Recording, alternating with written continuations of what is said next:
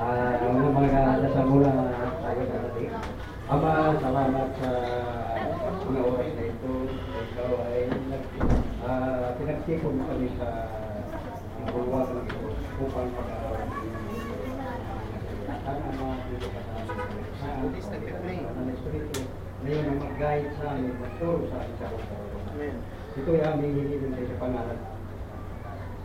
Amen. Ang topic ko ngayon ay yung 144,000. Kasi mga kapatid, marami kong narinig na mga pasal. Kahit sa mga komentary nila, ngayong 144,000 raw ay panahon ng Great Revolution, ang sabi nila. At yung raw ang mga mangaral sa buong sanlibutan during the Great Revolution pagdating. Ang iba naman, literal raw yan ng mga Hudyo. Pero sa aking pag-aaral mga kapatid, hindi literal na Hudyo, ito ang nabilang. Kasi nagbilang, ibang bilang ni Diyos kaysa bilang natin. Ang sabi niya ang God sa Isaiah 55:8-9, my thought is not thought, my ways is not your ways, as the heaven is higher than the earth, so my ways is higher than you, and my thought is higher than your thought. Ibig sabihin, dahil Diyos ang nagbilang nito, hindi yung literal bilang. Bakit ito mga kapatid, ang lahat ng mga believers na maliligtas? Kung ating basahin yung Revelation 7, verse 1 to 9, dalawa lang kagrupo mga kapatid, mabasa natin yan sa Biblia, nga naligtas, natatakan ng banal pagtok. Una yung 144,000. Ating basahin yun sa Revelation 7.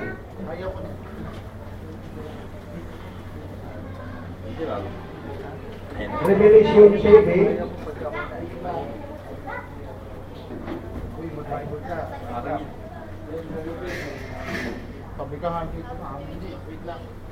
Revelation 7, andito. And after this, I saw four angels standing on the corners of the earth, holding the four winds of the earth. Ba, may bata dito na magbasa? Hindi ko na makita. Bata, dali. Bata na bata. Basa yun, no? Pagkapos nito ay nakita ko ang apat na anghel na nakatayo sa apat na sulong ng lupa. Na pinipigil ang apat na hangin ng lupa upang huwag bumihig ang mahangin na lupa na sa dagat kung saan namang punong araw. So ito rin mo lang yung pagkatak ng first rights. Verse 2. At nakita ko yung panghelaw ang nagmula sa sila, yung tikada ng araw na naglayang danak ng Diyos sa buhay. At siya'y tumigaw ng tinig na malakas sa apat na hangin na pinagkalooban na ipahamak ang lupa at ang dagat. Na nagsabi, huwag ninyong ipahamak ang lupa kahit ang dagat, kahit may mga nang kaya pinasaan sa loob ng mga alipin ng ating Diyos. 4. At narinig ko ang bilang ng mga nananakan na 144,000 na nananakan sa bawat natakan ng mga anak ni Israel. Sa ang kanihuda ay 12,000 ang sinatakan. Sa ang kanarabin ay 12,000. Sa ang kanigan ay 12,000. Sa ang kanasir ay 12,000. Sa ang kanitentani ay 12,000. Hanggang din na lang muna. Basta yung 12 tribes, yan ang natatakan. Sinabigyan 12 tribes of Israel. Pero hindi ito literal na 12 tribes of Israel, mga kapatid. Kasi yung 12 tribes of Israel, sa ngayon, hindi na sila anak ng Diyos. Ang sabi ni Kristo sa John 8, verse 44-47, na kayo'y mga anak na ninyong ama na Diablo, mamatay tao at sinungaling. Nagbago ang Diyos mga kapatid. Sabi sa Revelation 21:5, papaguhin ko ang lahat ng mga bagay. Kaya binago niya yung mga bayan niya, ang bayan ngayon agad, ang mga believers na, hindi na yung literal na Jerusalem, yan sa Middle East. Sabi ni Petro sa 1 Peter chapter 2:9, ano ang sabi niya sa 1 Peter chapter 2:9? Dito, basa. Basahin mo. Oh, yung sa likod lang.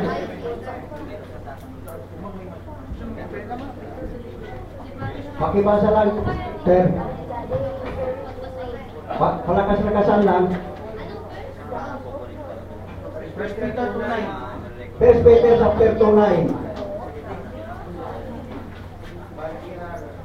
First Peter 2:9. But ye are chosen generation, a royal priesthood, a holy nation, a peculiar people, that ye should show forth the praises of him who hath called you out of darkness into his marvelous light. So, ang sabi niya na tayo raw ang harian ng pagsasauli, lahing hirang, bansang banal, at saka bayan na pag-aari ng Diyos. Yan ang sinabi niya na tayo raw ang preach. Kung ituloy-tuloy natin yan, nagkagaling-ginalas na liwanag ng Diyos sa mundo. So, ang pangalan ng bayan na ito, ating mabasa ito sa Revelation 3:12. Ating mabasa ito sa Revelation 3:12, kung ano ang pangalan ng bayan ng Diyos na yun. Sabi rito sa Revelation 3:12. Basahin ko na lang dito sa mayroon naman rin ako dito Bible dito sa ating ko. Sabi ng verse 12, ang magtatagumpay ay gagawin kong haligi sa templo ng ating Diyos, at hindi na siya lalabas pa doon, at isusulat ko sa kanya ang pangalan ng ating Diyos at ang pangalan ng bayan ng Diyos, ang bagong Jerusalem na manaog buhat sa langit mula sa ating Diyos, at ang aking sariling bayan. Dito, ang bayan ngayon ng God, yung bagong Jerusalem, na mga believers lang pala yan, na sinabihan ni Apostol Pedro sa 1 Pedro, kayo ang bayan na pag-aari ng Diyos. Kasi ang bayan nga diyan sa Jerusalem, diyan sa Middle East, at saka yung bansa din na sila ang bayan na yun. Ayon ito sa hula ng Hosea chapter 1, verse 2. Kung basahin natin hanggang matapos ang mga bersikulo, ang sabi riyan ng Diyos kay Hosea, mag-asawa ka ng prostitute na babae at mag-anak ka ng 3 anak. Kapag tulad ng lupain ito ay nagtaksil sa akin ang mga tao. Kaya si Hosea, kung basahin natin yan, nag-asawa siya kay Gumir. Anak, prostitute na babae. Nagkaroon sila ng 3 anak. Ngayon, yung 3 anak, naglarawan pala yan sa paghiwalayan ng pansang Israel at saka sa Diyos. At doon sa katapusan mga bersikulo, kayo naman magpasa riyan, ang sabi din ng Diyos, kayo hindi ko nabayan, at ako hindi naninyo Diyos. Kaya natupad yan sa panahon ni Christ, na di na sila anak ng Diyos, anak na sila ng Diablo. Kumbaga sa Bible, may mga Hudiyo diyan na sinasabi. Sa Revelation 2:9 na nagbubulaan ng mga Hudiyo na nagsamba pa sa sinawagan sa Satanas. Sino yun? Ang mga literal yun ng mga Hudiyo, mga kapatid, na hindi na sila anak ng Diyos. Hanggang na ngayon, nagsamba pa rin sila sa sinukulo nila kasi hindi pa sila naniwala kay Kristo. Maging anak sila pagbalik ng Diyos kung maniwala sila kay Kristo. Kaya sa ating panahon, mayroon sinasabi ni Pablo na tunay na Hudiyo. Hindi niya nagbubulaan. Mabasa natin yan sa Romans chapter 2, 28-29. Pakibasa ulit, sir. Romans Chapter 2, verse 28-29.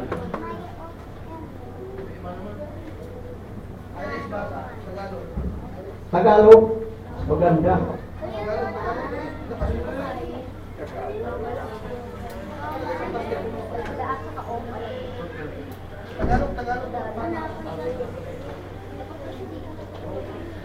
Chapter 2, verse 28-29. Sige, ako na lang. Sapagkat siya ay hindi Hudiyo, verse 28, kung sa labas lamang, ni pagiging pagtutuloy iyong hayag sa laman. So, hindi pala Hudiyo, yung pagtutuloy sa laman. Hindi na sila Hudiyo na yun. Kasi ang mga Hudiyo nga, tinuloy yung sa laman after 8 days sa kanilang kapanganakan. Yan ang utos sa Old Testament. Lahat ng mga Hudiyo lalaki na panganak, after is totally. Pero sabi ni Pablo dito, sa verse 59, natapat siya Hudiyo sa loob, at ang pagtutuli ay yaong sa puso, sa espiritu, hindi sa titik. Ang kanyang kapurihan ay hindi sa mga tao, kundi sa Diyos. Ibig sabihin, may dalawang klase dito na pagtutuli. Yung sa laman, at saka sa espiritu. Yung sa titik, yung utos yan na pagtutuloy sa laman sa Old Testament. Yung titik na minimizal sa Old Testament yan. Pero sa New Testament, sa Espiritu na. Puso.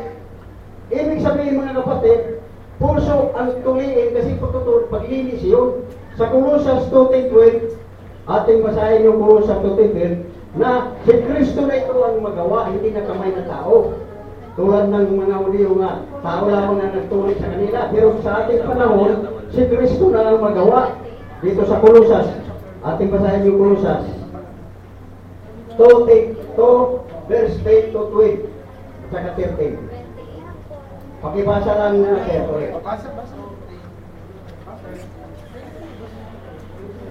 Kung sino diyan ang nakabukas na agad, basa ka. Kasi nagmamadali.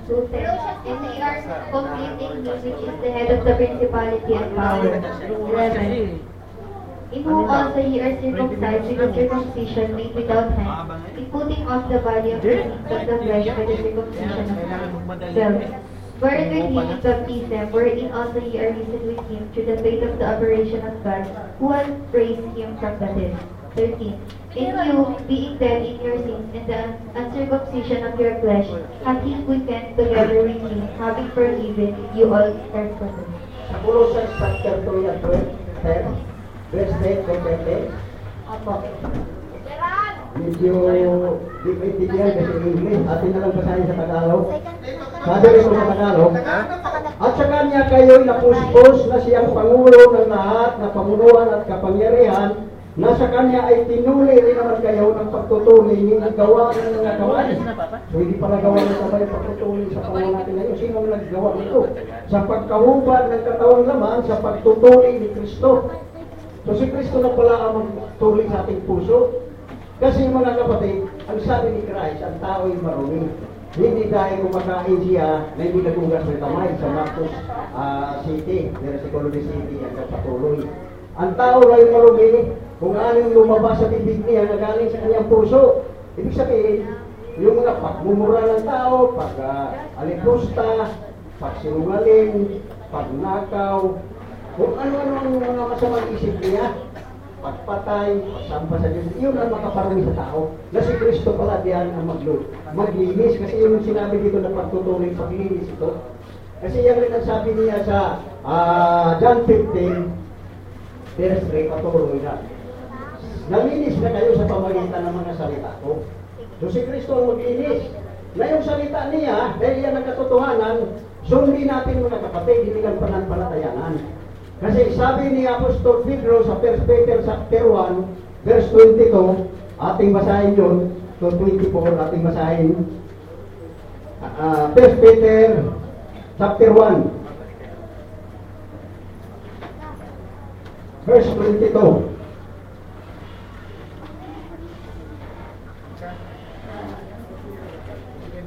First Peter 1:22. Yamang ilinis ninyo ang mga kaluluwa sa inyong pagtalima sa katotohanan sa pag-ibig na hindi pakunwari sa mga kapatid ay mga ibigyan kayo ng buong linas ng iyong puso sa isa't isa. Tuloy-tuloy lang, hanggang 24. 23. Yamang ipinanganak kayo muli, hindi sa binhi nasisira, kundi sa walang kasiraan, sa pamamagitan ng salita ng Diyos na nabubuhay at namamalagi. 24. Sapagkat ang lahat ng yaman ay gaya ng damo at ang lahat ng kanyang karangalan ay gaya ng bulaklak ng damo. Ang damo'y natutuyo at ang bulaklak ay nalalanta. At ito mga kapatid, ang paglinis pala ng ating kaluluwa, kasi yung puso natin parte ng kaluluwa natin. Kaya, sa arawan ng judgment, kaluluwa lang natin ang mag-present doon, wala na tayo sa physical. Nabalik na sa lupa yung ating katawan ng physical. Kaya lahat ng kaluluwa na nangarap doon sa judgment o white throne judgment, kung mapasa natin sa Revelation 20 verse 15. Ang kaluluwa natin ang nagkasala, ang naging marumi. Ngayon, malinis yun kung may sundin na katotohanan, kaya hindi lang panampalatayanan mga kapatid. Kasi kung panampalatayanan na natin ang salita ng Diyos, kasi yan ang mga turo ng marami, ay hindi tayo matsusin. Pwede tayo tinawag pull out lang. Yan ang mga churches na yung tinawag pull out. Kasi wala pa sila sinusunod. Nanampalataya lang sila sa salita ng Diyos. Kaya kung may sundin sila, ngayon sundin natapos sa panampalataya, magpabautismo siya sa tamang bautismo talaga. Kasi yan ang turo ni Apostol Pedro sa araw ng Pentecostes na mabasa natin yan sa Acts 2:36-38. Ang sabi niya ni Apostol Pedro, kasi yung 3,000 ng mga Hudyo, nagpapako yung kay Kristo yung araw na karaan. Ngayon, sa araw na yan, napagabag yung puso nila kasi yung pinapago pala nila sa cross, yung pala ang Bisaya. Akala nila nangunguso na si Kristo.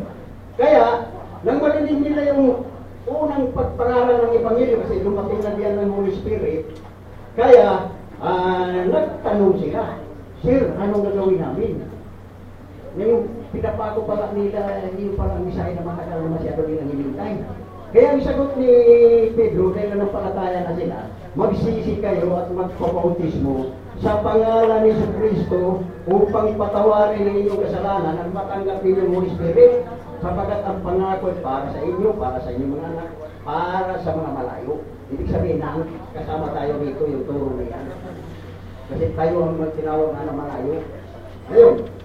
Ngayon, sinabi dito ni Pedro na naipanganak tayo muli, hindi na masisira kasi unang binin natin, nanggaling sa ating mga piling, masisira lang. Kaya tayo mamatay lang.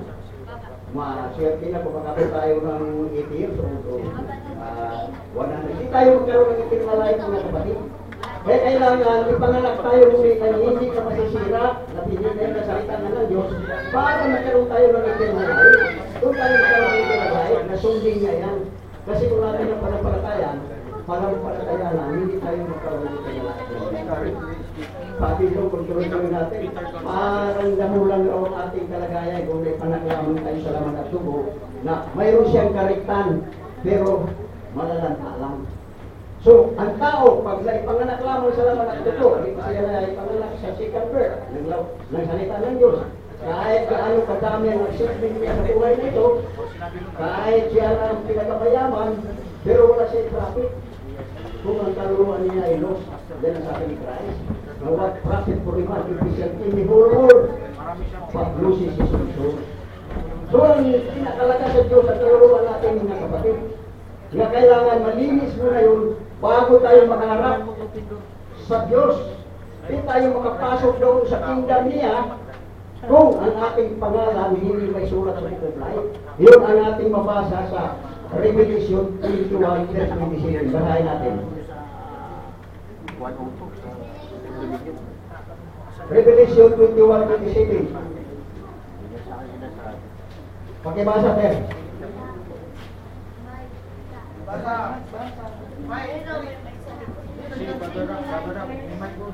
Verse 27. At hindi makapapasok sa loob nito sa anumang paraan, anumang bagay na nagpaparuminig ang sinumang gumagawa ng kasukla. Ang gumagawa ng kasinungalingan, kundi sila lamang na nakasulat sa aklat ng buhay. Ito, ang makapasok pala doon, yung nakasulat lamang sa Book of Life. Ibig sabihin mga kapatid, citizenship natin yun ang nakasulat doon sa Book of Life. Kasi ang sabi ni Kristo sa Lucas 10:20, ang inyong mga pangalan ay nakasulat na sa langit. Si Pablo rin nagsabi sa Philippians 3:20, Philippians 4:3, na ang mga mananampalataya ang citizenship nila nakasulat na sa Book of Life doon sa langit. Kasi nagkaroon na sila ng second birth, yung first birth kasi natin, ang ating citizenship, dito lang sa mundo mga kapatid.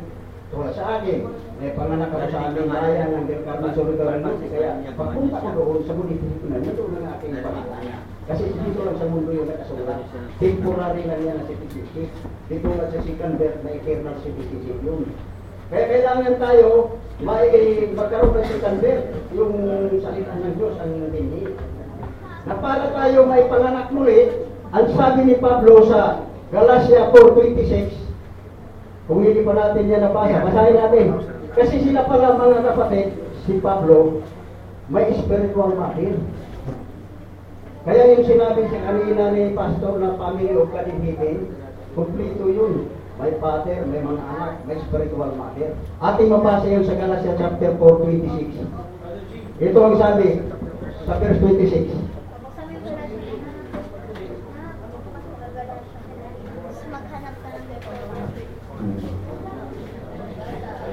Sige, basahin mo, Sir. Brad. Galatia 4:26. 26. Subalit ang Jerusalem na nasa itaas ay malaya na ito ay ang ina nating lahat. So sila pala si Pablo, may ina. Para makumplete yung family of God, yung ng earth, may ina pala. Yung Jerusalem sa itaas raw na malaya. So, itong ina nila ni Pablo, kailangan mag-present ito kasi matulad lang raw tayo ng isa. Ito ang sabi sa verse 28. Ituloy mo na lang verse 28. Sige. Verse 28.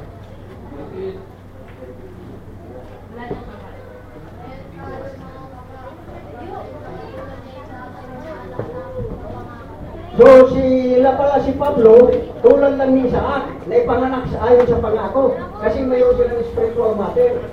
Ngayon, si Isaac din naman yun na ipanganak kung hindi nag-present si Sarah. Kaya, para tayo matulad ni Isaac, ay kailangan mag-present yung spiritual mother. Kasi yun ang magturo sa atin sa tunay na kapanganakan, kasi yung binhi, na yun ang salita na binigay sa kanya. Kasi itong Jerusalem sa taas, white ito ni Christ, ito ang New Jerusalem na bumaba mula sa langit pa sa Diyos, sa Revelation verse at chapter 21 verse 2. Bumaba siya mula sa langit pa sa Diyos kasi white, beautifully restored husband. Sino ang husband niya? Sa verse 19, ang Cordero yun, si Kristo yun. Kaya yung si Kristo, sa John 17, ang sabi niya, binigay ko sa kanila ang iyong mga salita, yun ang binhi. Binigay yun sa mga believers na tinatawag na siya Church of the Firstborn written in heaven, yung Jerusalem, yung lungsod ng Diyos na pa yung Jerusalem sa taas. Kaya yun ang tinatawag Church of the Firstborn kasi sa oras na magkaroon tayo ng second birth, wala na yung bunso niyan. We are all firstborn. Ang bunso sa physical lang yung nakapanganakan. Kaya pag may panganak tayo muli, we are all firstborn. Kaya yung iglesia na yan nakatala sa langit. Iyan ang nakatala sa bukublay. Para hindi tayo maitapon doon sa dagat-dagatan na ito. Kasi sa Great White Judgment Book sa yung bukublay, ang sino mang pangalan na inakita sa bukublay, sabi yan, itatapon doon sa dagat-dagatan na ito. Na yan ang ikalawang kamatayan. Kaya hanggang dito na lang. Kasi mataas ito, naka-record ito sa aking sige, pwede ninyo. So, salamat. At ang present po niya ay ang 144,000 ay hindi literal Jew. At hindi din literal na bilang. Tama ba, Brother Peter? So, sige, tatawagan ko ng 2%. Either magsusog or another view. Sinong mag-present?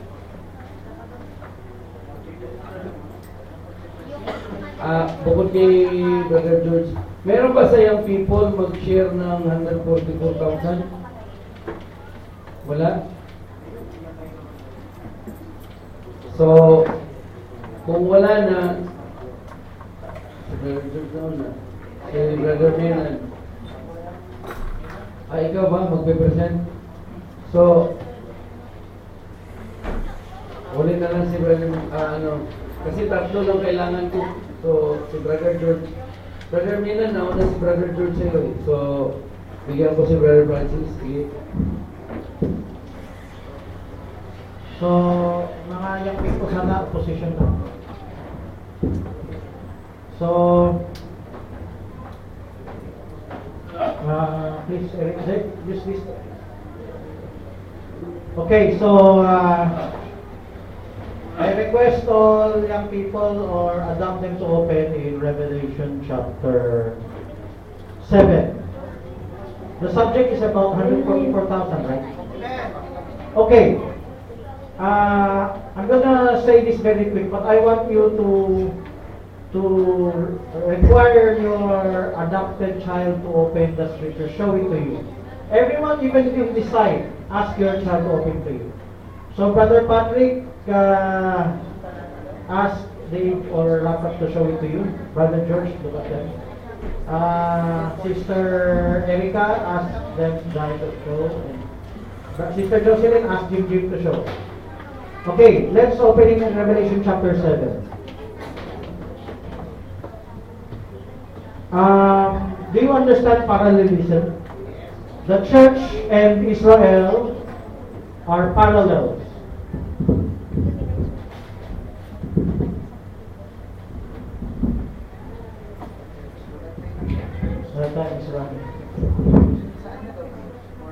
The church and Israel are parallels.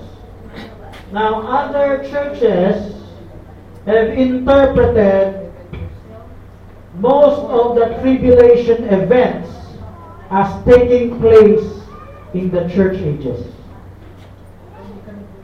That includes the 144,000.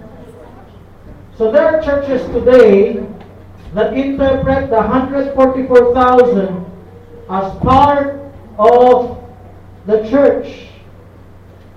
So they explain it spiritual. Even the two prophets here in the end time message, the fourth level kind of messengers, explain it that way also.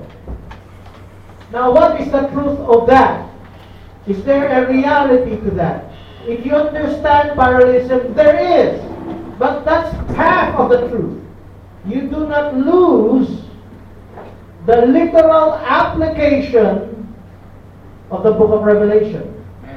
There is a future tribulation. There is a future last week of Daniel. Others, preterism, have finished up. They have closed up.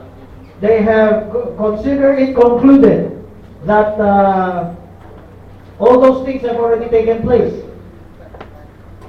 So, even Revelation chapter 12, the prophet said it was Israel. The prophet also said it was the church. And those in different levels have chosen one or the other. Brother Frank, whether by accident or direct, he quoted both. He didn't quote from Brother Branham. He quoted scriptures pertaining to the church. He quoted scriptures pertaining to Israel. Now, 144,000 applying to the church is symbolical, spiritual. It is a precursor, like Brother Branham's ministry, a precursor to the actual Elijah in the tribulation. The precursor to the actual Elijah in the tribulation is the same as the church as a precursor to the restored Israel. The restored Israel will have their 144,000. These 144,000 will flee to the wilderness. Did the church flee to the wilderness? There is, yes. Brother Jackson explained the wilderness as America. But literally, historically, they really fled to America to start out freedom for the church. So, and you know, Brother Jackson mixed up Israel fleeing to the wilderness and the rest. Now, the 144,000 did not make up the whole of Israel. The whole of Israel will be made up of the nation Israel. 144,000 are considered servants. Young people, could you look for the word servants in Revelation 7? So, Brother David, Patrick, Rap, Jaya, Iris, Jim. Please shout to me the verse of servants. Shout it to me. Any one of you. Could you shout the verse? Do not spoon feed. Tell them where to look it for. Okay, so the servants shows they are parallel to the servants of God in the church ages. The servants of God are killed all day long. We're not just talking of Roman persecution, even Catholic persecution in the Dark Ages. So, how tribulation period, the truth of God would pass through the two prophets. After the two prophets, down to the 144,000, then down to Israel, woman as a nation. Could you look for, young people, open up your Bible again. Brother up and not Patrick. Open up Revelation chapter 12. Look for the verse, shout it to me. Remnant oversea. Again, Rock, Pat, Dave, Jim, Jimaya. Okay. 17? 17? So, who are the remnant oversea? The remnant oversea that she will go after, because the dragon was not able to kill the woman, would be the 144,000. Now let's go to the church parallel. Will there be a church left in the tribulation? Will there be? Yes or no? Shout it out. Yes. Yes or no, everyone? Yes. Okay, raise your hands if you're not sure. No one's raising their hand. I'm going to ask you.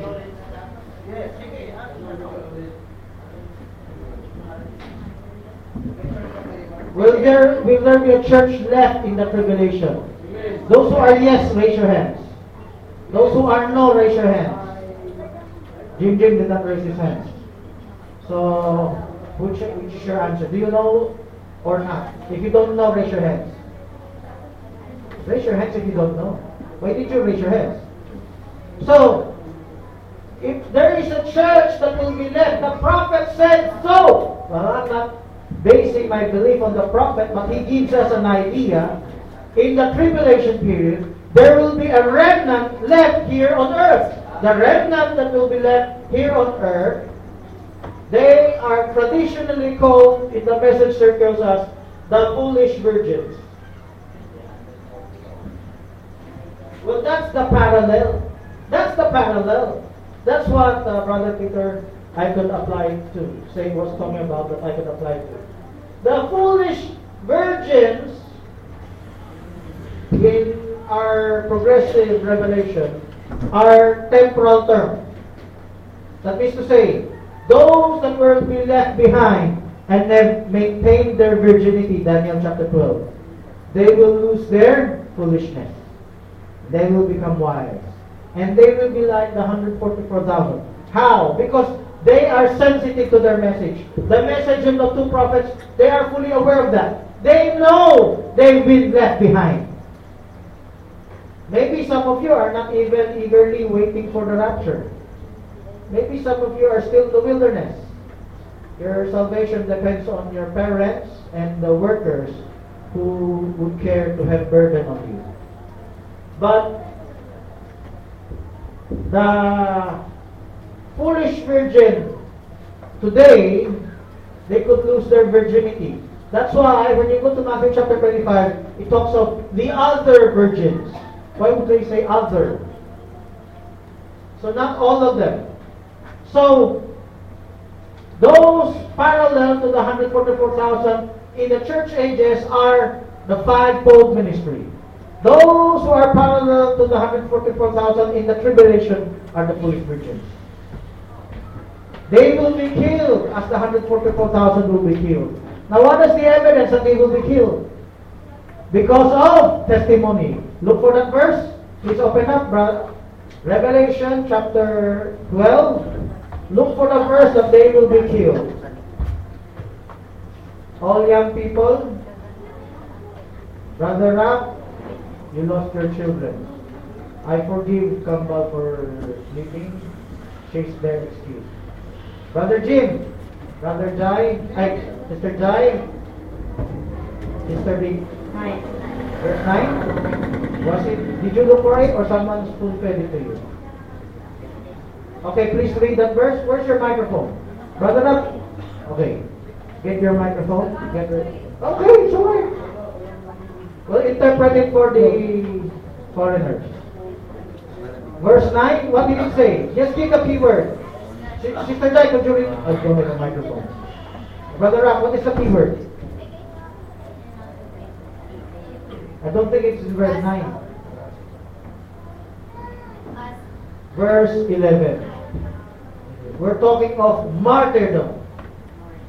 Now, who would be martyred? Will it be the nation Israel? They could not repopulate in the millennium anymore if they would be killed. Brother Gan separated as martyred Jews, but who will be these Jews? Are they separate from the 144,000? Does he preach similar to Brother Jackson that the 144,000 would not be killed? Well, Brother Jackson was not explicit on that, but the followers today are explicit on that they will not be killed. If they will not be killed, who would this be that would be martyred? Verse 11, could we read first? Please read, Brother Ram. They overcoming by the blood of the Lamb, by the word of their testimony, and they love not their deeds of the Other young people, what is the key word that they will be martyred? Sister J. What is the key word? Sister Rish. Sister Rish. What is the key word? Shout it out. Shout it out. So you could understand English. Okay. So everyone, first one, yes, academic, see. By the way, make your children read English. So they will be martyred. They will be martyred by this verse. This is not just one of the verses. There are other verses. Let's open. Revelation 20 verse 4. Please, Brother Eric, could you transfer the microphone to the back side of the blackboard? Black book. The back side. So, what is the key word, everyone? And right now, in verse 4, what is the key word? So I'm not asking you to read anymore. I'm asking you, Jim, Jaya, Rap, shout it out. What is the key word that they will be martyred? Brother Gerald, shout it out also. Strive to enter in the narrow gate. Brother Patrick, adapt me for Eric. What is the key word? I'm asking you to analyze the scripture right now. We're not just fulfilling here. Let's set up some interaction. What is the key word? Rap, Dave, Jim. Believe it. Beheaded. Oh, that's Bisaya. Okay. Beheaded. Okay, so who will they be? Did they not reject the mark of the beast? So, part of them were the 144,000. So, of course, it's not just 144,000. Those that parallels Israel. That is how I see it, Brother Peter. The part that you said, it applies to the church. They are all part of the mother New Jerusalem. But all Israel shall be saved. All Israel would know the gospel they rejected. And they are part of those that will complete before Christ returns back here. Now, removing them from the picture makes us similar to those who teach it's all over. Preterism, the millennium is over, the tribulation is over, the rapture is over. This is similar to that. But we know that it's just part of it. We know we receive the rapture, we receive the millennium by revelation. And you who were once shown these things will be those that will be called out to rule in the millennium. Okay, God bless you.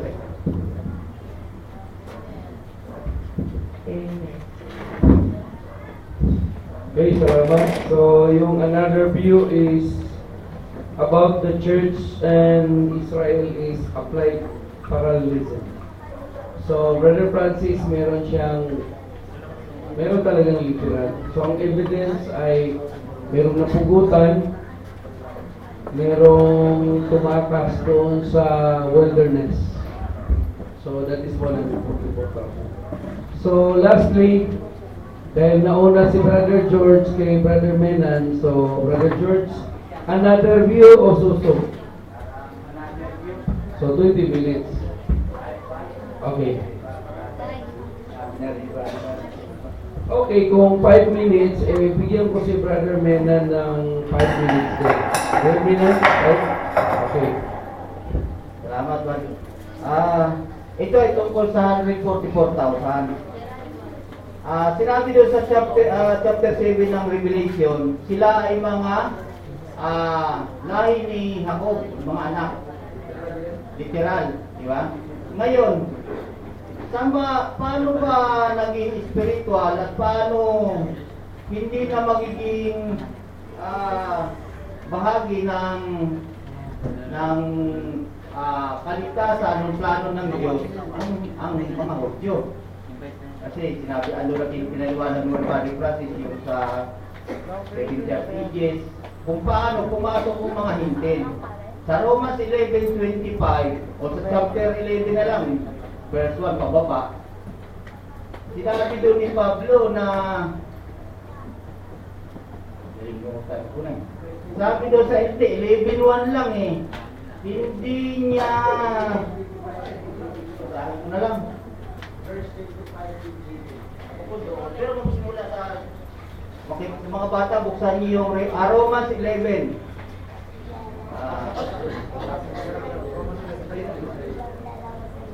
verse 1 11:1 Sister Jan, ito yan. May ikaw naman yan. Jim na muna. Jim. Chapter Romans 11 verse 1. Jim. Kaya nga sinabi ko, itinakwil ba ng Diyos ang kanyang bayan? Huwag nawang itulot ng Diyos sapagkat ako man ay isang Israelita na mula sa binhi ni Abraham mula sa angkan ni Benjamin. Si Pablo, sinabi niya, itinakwil ba ng Diyos ang kanyang bayan? Yun ba hindi literal na bayan? May binanggit si Pablo, sabi dito, yung tungkol kay yung mula ni Isaiah. Sabi dito, sa 11 verse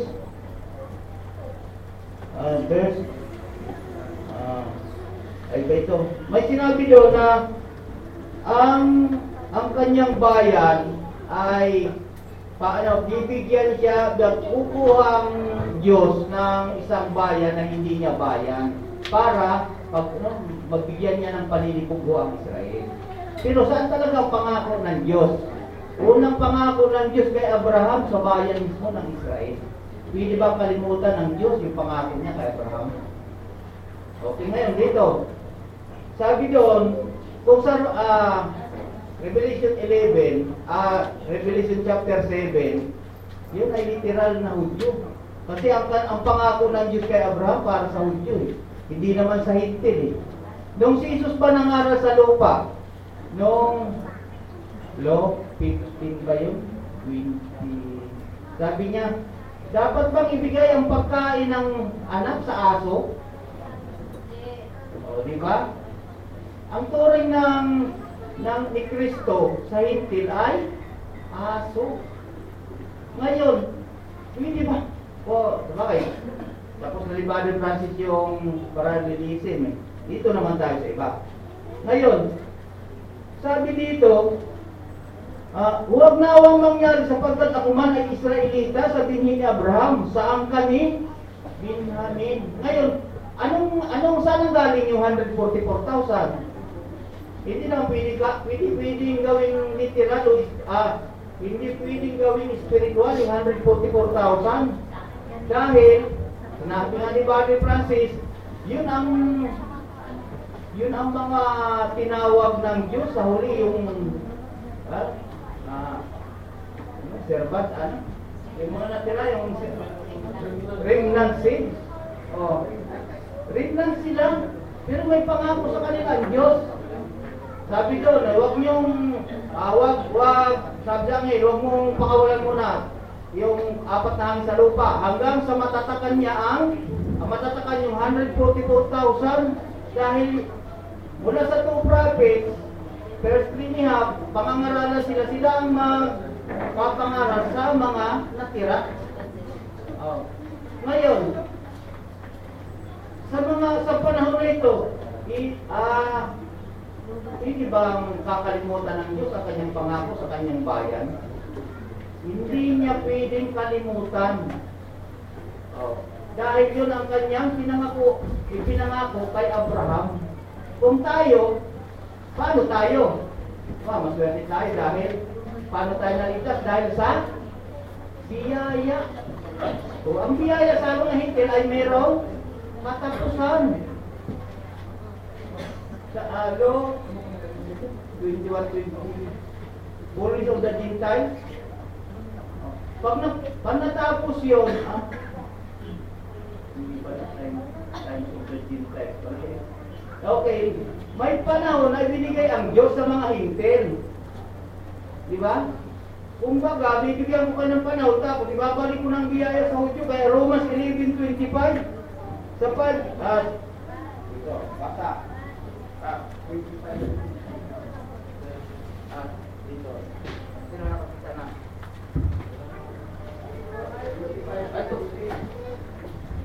25. Verse 25. Romans 11:25.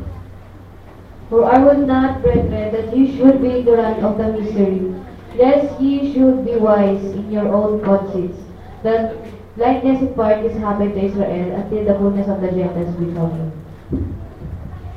Salamat. Sabi doon, no? Tagalog? Romans 11:25. Hirap no? Tagalogin mo nga. Sapagkat hindi ko ibig mga kapatid na din ninyo maalaman ang iwagang ito.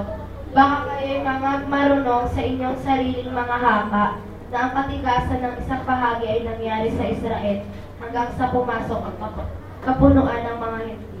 Okay, sabi doon, hindi ko ibig mga kapatid na di nyo malaman ang hiwagang ito. Ito, pakinggan nyo. Baka kayo'y mga marunong. Diba? Paalala ito sa atin ng mga hintil. Ito.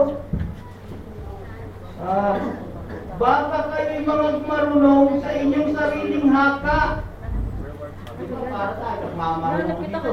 Talagang babaguhin. Yung ganong bagay na ang pangako ng Diyos talagang sa Hudyo. Diba? Dito nauna na si Pablo na huwag tayo maging marunong, huwag tayo maging marunong sa sariling haka na ang katigasan ng isang bahagi ay nangyari sa Israel. Okay. Hanggang sa pumasok ang kapunuan ng mga hintil. Tayo ay kuwan lang. Sabi ka kung sa puno, kung lang tayo eh. Kaya huwag tayong magmarunong. Sabi ng Biblia, hindi ako kasi sabi doon, ito, isang bagay na ito. At sa 24 pala, sapagkat kung ikaw pinutol doon sa talagang olibong ligaw at laban sa kaugalian, isinanib ka sa mabuting punong olibo. Gaano pa nga ang mga ito na mga talagang sanga na mga kakasalib sa kanilang sariling punong olibo. Yun. Ngayon, sabi dito, tapusin ko na, sa ganito, ang buong Israel ay mas maliligtas gaya ng nagsusulat. Magbubuhat sa Sion ang tagapagligtas. Siya ang mag-iwalay sa hukog ng kalikuan. At ito ang aking tipan sa kanila. Pagkaalisin ko ang kanilang mga kasalanan, verse 20, tungkol sa Ebanghelyo, ay mga kaaway sila. Dahil sa iyo, datapat tungkol sa pagkahirang, hinirang ang bayan ng Israel, hindi yung hintil. Diba? Ito na yun. Ay mga pinakaibig sila dahil sa mga magulang. Salamat.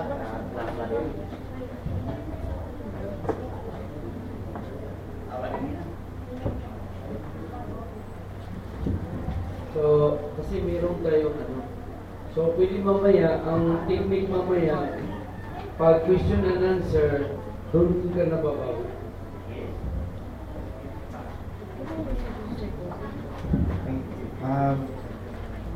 Sa akin naman, parang ibang viewing siya. Pero ito lang yung nakita ko dito. Kasi 144,000 yung topic natin. Pero yung literal 144,000, mababasa niyo yan sa Numbers chapter 1. Kung babasahin mo sa Numbers chapter 1, there is 144,000 before. Nakuha niyo akong update, sana makafocus tayo. No? May 144,000 that time sa lipi ni Habok. May literal seed. Eh, Habok, ano yung Revelation 144,000 sa Book of Revelation? Alangan naman yun pa rin yun.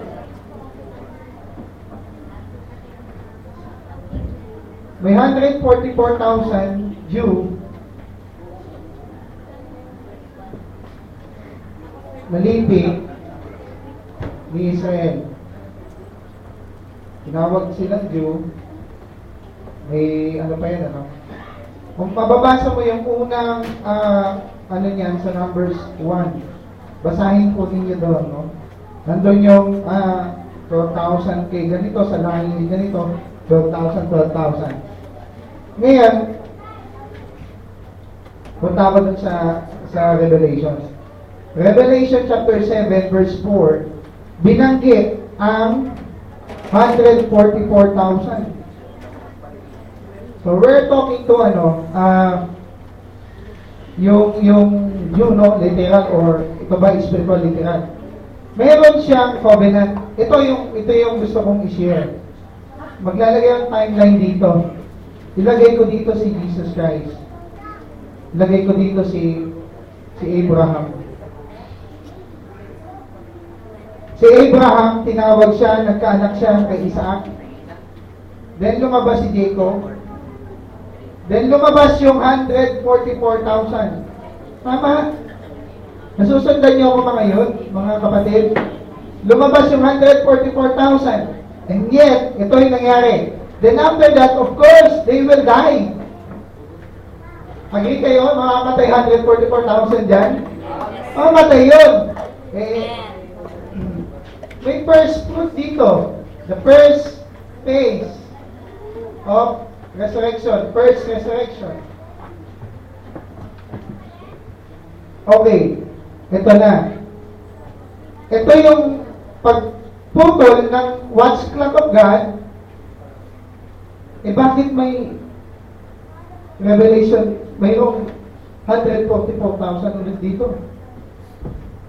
That's another covenant. May covenant si Abraham dito. Yung covenant na yan, hindi na putol hanggang dito.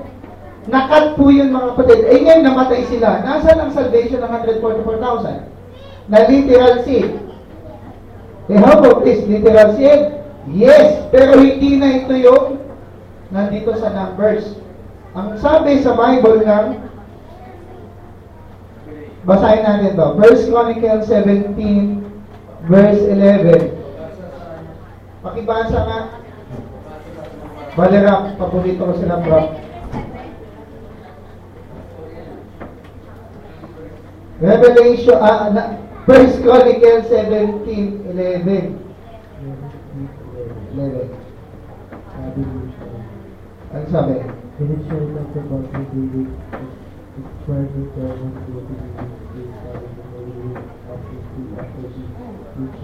I will raise up his seed.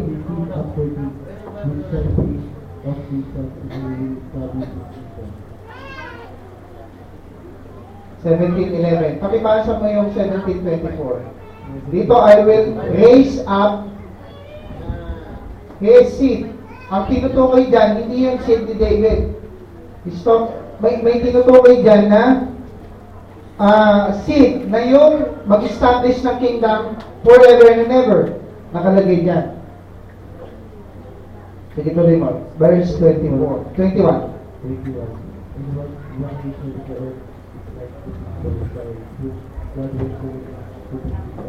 people to make a young opportunity.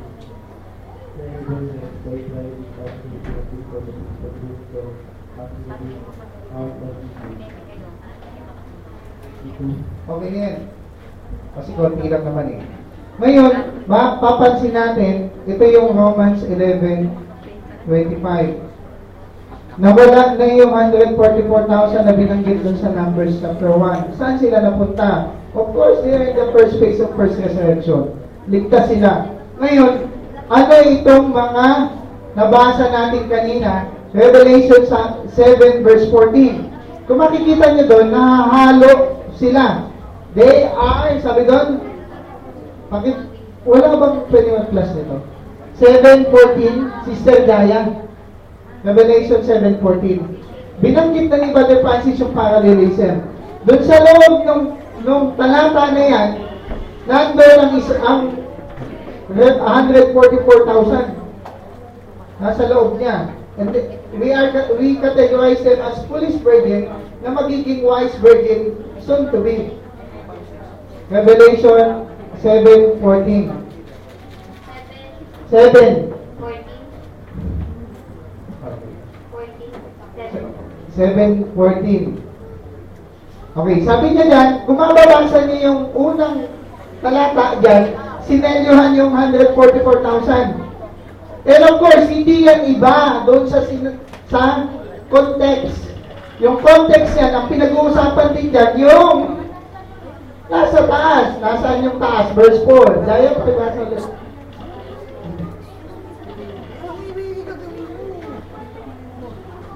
And I heard the number of them which were sealed.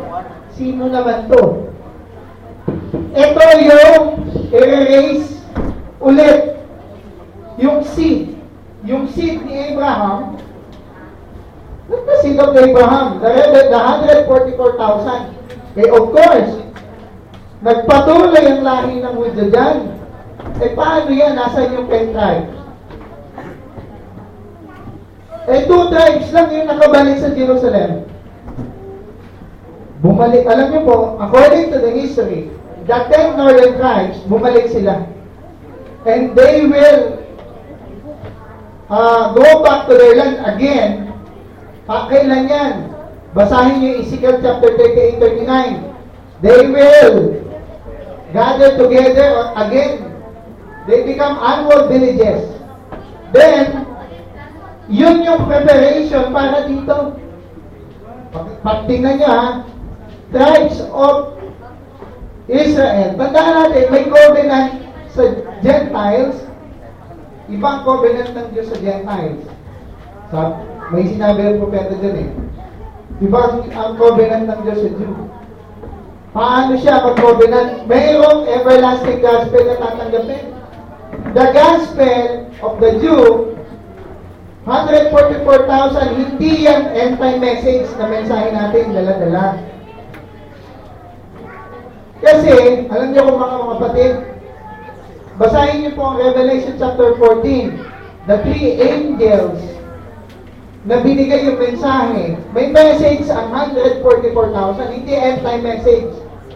Ano yung end-time message? Tanggapin ng propeta? Hindi po. Kontra ko doon. Kaya, yung sabi, yung hindi lang gagamitin papunta sa Hudyo, mayroon bang kinilalang hintil ng mga Hudyo? Sinong hintil ang kinilala ng mga Hudyo sa time ng Christianity? Lahat ng apostol ay Hudyo. And take note, sa Jerusalem, si Peter ang nandun. And he is apostles of the Jew, hindi. Papatayin sila, baka batuhin sila eh. Hindi sila papansinin. Ayaw nga nila makidikit dyan eh. And until now, they are blinded. Ngayon, kung blinded sila, of course, yung lahi nitong mga to na yung binanggit sa Numbers, nagpatuloy po yan. And the Lord God raised again the seed of Abraham. The seed of Abraham, literal seed, meron yun. Huwag tanggalin yung, may tawag dyan is replacement theology. Yung replacement theology, minsan, gamitin natin siya, i-context natin siya. Eh, sabi doon sa talata, pinatay eh. Yung bride ba papatayin? Kung kayo ang New Jerusalem at kayo ang Church of the Firstborn, hindi ka dapat mapatay, mabebeheaded. Kasi sigurado tribulation ang mabeheaded. Basahin natin yung pupugutan. 14. Ito doon muna sa 14. Sa context ng Revelation 7, kasama ang 144,000 na galing sa tribulation period. Ito po yun. Yung covenant dito, iba yung covenant dito, yung first stage, first resurrection. Dito, tribulation saints na. Tribulation na yan. At sabi dito, and I said unto her, Sir, thou knowest, tinatanong si John, and he said to me, these are they which came out of the great tribulation. Kung babasahin mo sa taas, tinukoy din ang 144,000. Hindi yan magkaibang bahay. Ito hindi lang. Kung yung 144,000 ay bride, napakalinaw, mati-tribulation ng bride. So, hindi sila makaka-rapture. Bakit? Rapture na daw sila eh.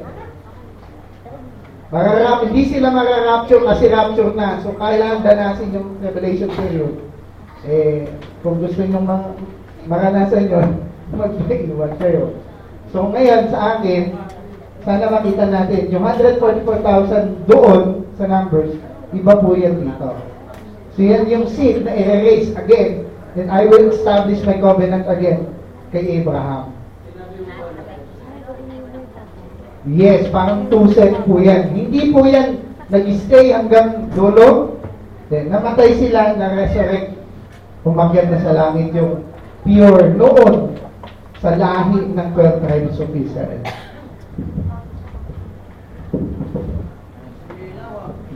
Okay, salamat no. At nakita natin yung iba't ibang view. At according to Brother Menan, meron 2 seats of 144,000. At actually, yung condition ng Israel ngayon, they are blinded. And foolish virgin applied when the tribulation first started. So, yung paging foolish nila, doon sila magiging wise. So, they are blinded. They are foolish in the sight of God. So, ganda no, may mga question ako din. Siguro mamaya natin entertain. At take note nyo lang, itabi nyo lang yung mga tanong. Mamaya uulan ng mga tanong mamaya. So, okay. Paki-plug yung natin pong next topic. Hindi na tayo dahil meron mga ministro naman tayo. Pero maganda ang topic. Talagang it is proven that 144,000 is a literal Jew. So, yeah. And next one is Brother Freddy, para abansin na tayo. Ang topic ni Brother Freddy is salvation is individual, affair with God. So, pangatlo ay dito po si Brother Renato, patungkol po sa tinatawag na new soul. So, magandang topic to, talagang kahit sa group chat namin, sabi ko nga, anong bago ngayon? New soul. Ay, hindi na bago yan. Para sa kanya, still a new message. Pero actually, it is older and old na talaga yun. Pero gayon po man, dahil tayo ay nag-aaralan, ay